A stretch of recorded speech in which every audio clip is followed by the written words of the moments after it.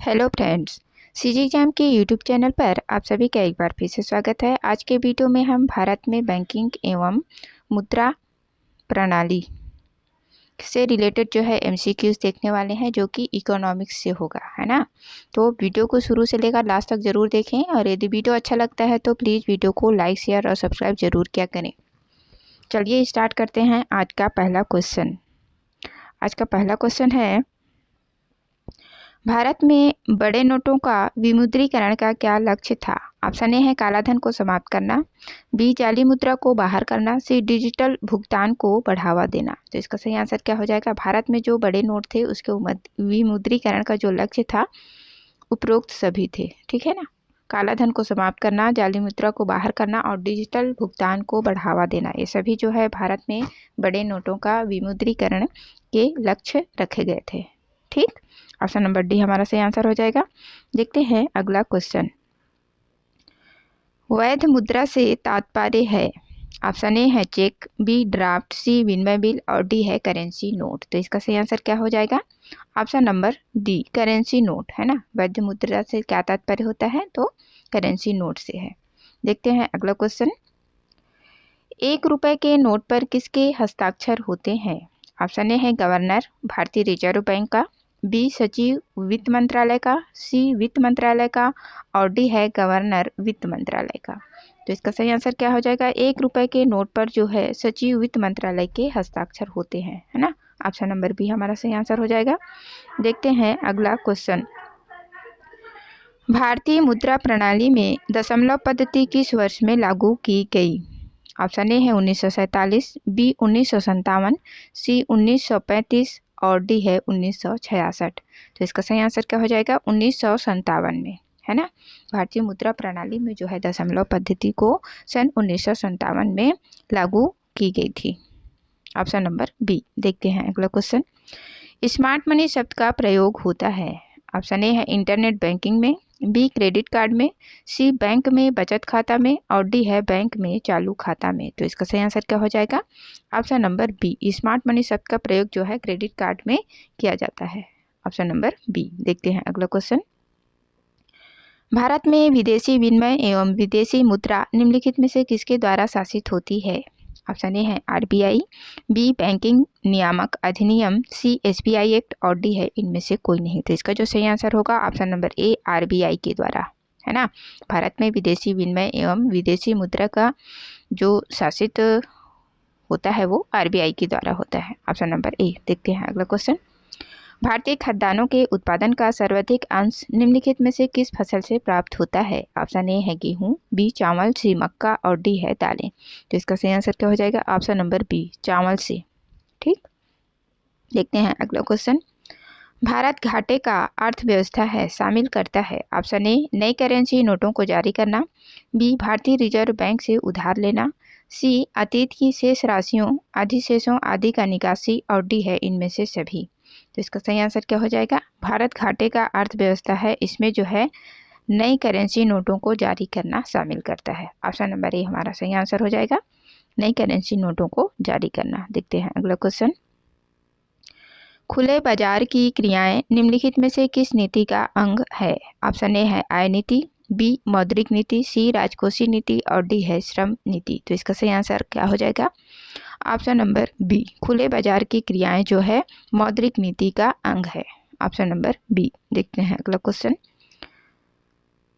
रुपए का प्रतीक चिन्ह रुपए को किसने तैयार किया? ऑप्शन ए है उदय कुमार, बी उदय चोपड़ा, सी अमर्त्य सेन और डी है बी भट्टाचार्य। तो रुपए का जो प्रतीक चिन्ह बना है ना यहाँ पे रुपए, इसको जो है उदय कुमार ने डिजाइन किया है। ठीक, ऑप्शन नंबर ए हमारा सही आंसर हो जाएगा, उदय कुमार। देखते हैं अगला क्वेश्चन।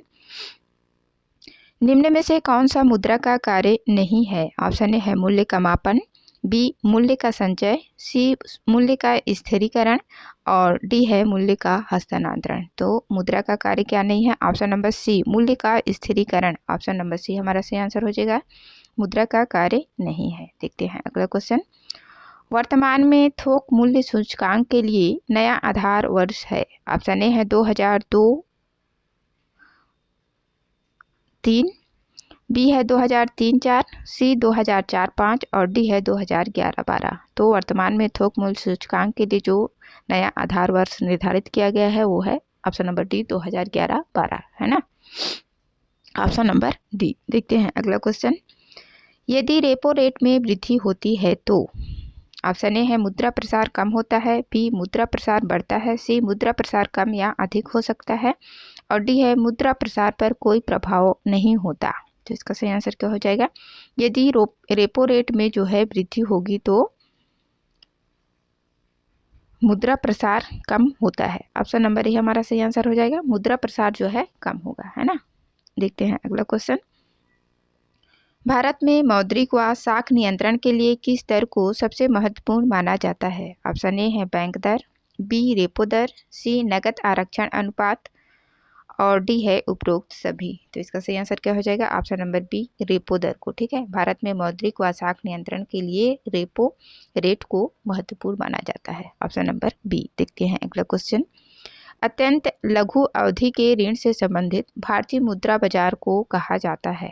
ऑप्शन ए है मांग मुद्रा बाजार, बी स्वीकृति बाजार, सी समर्थक ऋण बाजार और डी है वाणिज्यिक बिल बाजार। तो इसका सही आंसर क्या हो जाएगा? ऑप्शन नंबर ए मांग मुद्रा बाजार। ठीक है ना, ये जो है अत्यंत कम अवधि के लिए जो है ऋण से संबंधित भारतीय मुद्रा बाजार को मांग मुद्रा बाजार कहते हैं। ठीक, जिसकी अवधि जो है सबसे कम होती है। देखते हैं अगला क्वेश्चन। मुद्रा अवमूल्यन का अर्थ है? ऑप्शन ए है IMF तथा WB की सहायता से मुद्रा का मूल्य निर्धारण, बी अंतर्राष्ट्रीय बाजार में मुद्रा को अपना स्तर ढूंढने की अनुमति, सी अंतर्राष्ट्रीय व्यापार में प्रयुक्त प्रमुख मुद्राओं की तुलना में मूल्य में गिरावट और डी है इनमें से कोई नहीं। तो इसका सही आंसर क्या हो जाएगा? मुद्रा अवमूल्यन का अर्थ क्या होता है? अंतर्राष्ट्रीय व्यापार में प्रयुक्त प्रमुख मुद्राओं की तुलना में मूल्य में गिरावट को क्या बोलते हैं? मुद्रा का अवमूल्यन। ठीक, ऑप्शन नंबर सी हमारा सही आंसर होगा। देखते हैं अगला क्वेश्चन। भारतवर्ष में सिक्कों की ढलाई होती है? ऑप्शन ए है दिल्ली, मुंबई तथा कोलकाता में, बी दिल्ली, कोलकाता तथा हैदराबाद में, सी दिल्ली, मुंबई तथा बेंगलुरु में और डी है मुंबई, कोलकाता तथा हैदराबाद में। तो सिक्कों की ढलाई कहाँ कहाँ होती है? मुंबई, कोलकाता और हैदराबाद में। ऑप्शन नंबर डी हमारा सही आंसर हो जाएगा, मुंबई, कोलकाता और हैदराबाद में। देखते हैं अगला क्वेश्चन।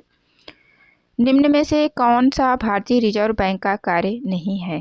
ऑप्शन ए है सामान्य जनता के लिए साख सुविधा उपलब्ध कराना, बी विभिन्न प्रकार के खातों में सरकारी मुद्रा रखना, सी मौलिक व शासन नीति का निर्माण और डी है उपरोक्त सभी। तो भारतीय रिजर्व बैंक का कौन सा कार्य नहीं है? सामान्य जनता के लिए साख सुविधा उपलब्ध कराना जो है भारतीय रिजर्व बैंक का कार्य नहीं है, है ना। ऑप्शन नंबर ए हमारा सही आंसर हो जाएगा।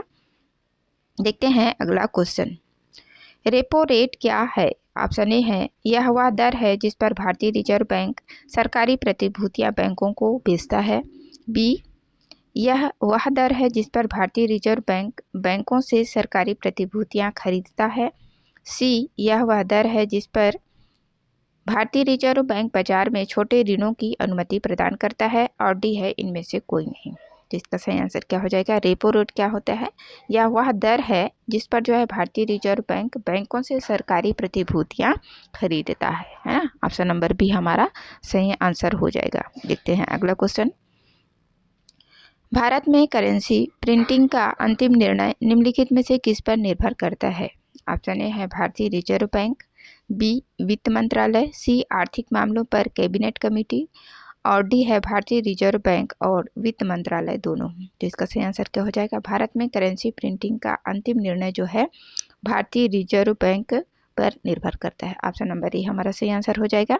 दोस्तों, यदि आप लोगों को वीडियो अच्छा लग रहा है, क्वेश्चन का जो सिलेक्शन है वो पसंद आ रहा है, तो प्लीज़ वीडियो को लाइक ज़रूर करें और जो नए लोग हैं वो लोग चैनल को ज़रूर से सब्सक्राइब करें। देखते हैं अगला क्वेश्चन। जब भारतीय reserve bank cash reserve ratio CRR में वृद्धि की घोषणा करता है तब इसका अर्थ है? ऑप्शन ए है संघीय सरकार के पास उधार देने के लिए कम मुद्रा रहेगी, बी भारतीय रिजर्व बैंक के पास उधार देने के लिए कम मुद्रा रहेगी, सी व्यापारिक बैंकों के पास उधार देने हेतु कम मुद्रा रहेगी और डी है उपरोक्त सभी। तो जब भारतीय रिजर्व बैंक जो है कैश रिजर्व रेशियो, जिसको CRR भी कहते हैं, कि वृद्धि की घोषणा करता है, तब इसका अर्थ क्या होता है कि व्यापारिक बैंकों के पास जो है उधार देने हेतु मुद्रा कम रहेगी, है ना। ऑप्शन नंबर सी इसका सही आंसर हो जाएगा। व्यापारिक बैंकों के पास उधार देने हेतु कम मुद्रा रहेगी जब भारतीय रिजर्व बैंक जो है कैश रिजर्व रेशियो में वृद्धि की घोषणा करता है। तो देखते हैं अगला क्वेश्चन, कौन सा बैंक भारत का केंद्रीय बैंक है? ऑप्शन ए है RBI, बी SBI, सी HDFC और डी है इनमें से कोई नहीं। तो भारत का केंद्रीय बैंक कौन सा है? ऑप्शन नंबर ए है ना, RBI। देखते हैं अगला क्वेश्चन, निम्न में से किस बैंक में व्यक्तिगत खाता नहीं खोला जा सकता? ऑप्शन ए है commercial bank, B cooperative bank, C SBI bank और डी है भारतीय रिजर्व बैंक। तो इस क्वेश्चन का सही आंसर क्या हो जाएगा? किसमें हम खाता नहीं खोल सकते? भारतीय रिजर्व बैंक में, ठीक है। ऑप्शन नंबर डी हमारा सही आंसर हो जाएगा। देखते हैं अगला क्वेश्चन, कौन सा बैंक लोगों को ऋण नहीं देता है? ऑप्शन ए है भारतीय रिजर्व बैंक, बी भारतीय स्टेट बैंक, सी सहकारी बैंक और डी है इनमें से कोई नहीं। तो इसका सही आंसर क्या हो जाएगा? ऑप्शन नंबर ए भारतीय रिजर्व बैंक जो है लोगों को ऋण नहीं देता है ना। देखते हैं, ये बैंकों को ऋण देता है, ठीक। देखते हैं अगला क्वेश्चन,